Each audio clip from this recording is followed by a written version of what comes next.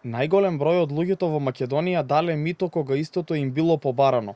Многу често се дава, но исто така е и побарано мито, каже директорот на Македонскиот центар за меѓународна соработка Александар Кржаловски, врз основа на истражувањата што ги правеле за нивото на корупција.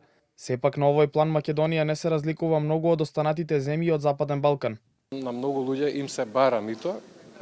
Во регионот е просекот некаде 33%, кај нас последната е 31%. Со тоа што исто така многу луѓе даваат мито, во регионот е 31%, значи многу е мал отпорот на корупција. Речиси 90% од тие што им било побарано и даваат мито, кај нас последното е 26%, значи има некакво намалување од претходно.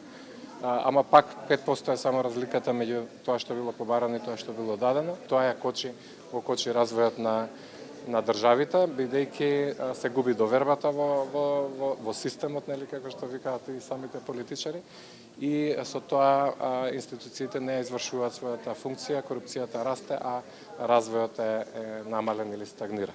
Заменик шефот на делегацијата на Европската Унија, Бен Нупнау, оцени дека корупцијата која вирее во регионот не е удар само врз демократијата, туку и по економскиот развој, но директно влијае врз напредувањето на европскиот пат. Исто така тој каже и дека во борбата против корупција треба активно да бидат вклучени сите структури на општествената сфера. While corruption is an issue that needs to be addressed first of all by high-level political leadership, it is not only this that can make us win the fight against corruption. We also need civil society and citizens need to act as watchdogs and ask for transparency, ask for accountability. На настанот присуствуваше и вице-премиерот за политички систем и добро владење, Арбен Фетаи, кој кажа дека овој настане во вистинско време, бидејќи владата повторно го има воспоставено Советот за соработка помеѓу владата и невладиниот сектор. Тој нагласи дека со ова невладините организации ќе можат да сметаат на стабилно финансирање и на поуспешно справување со новите предизвици.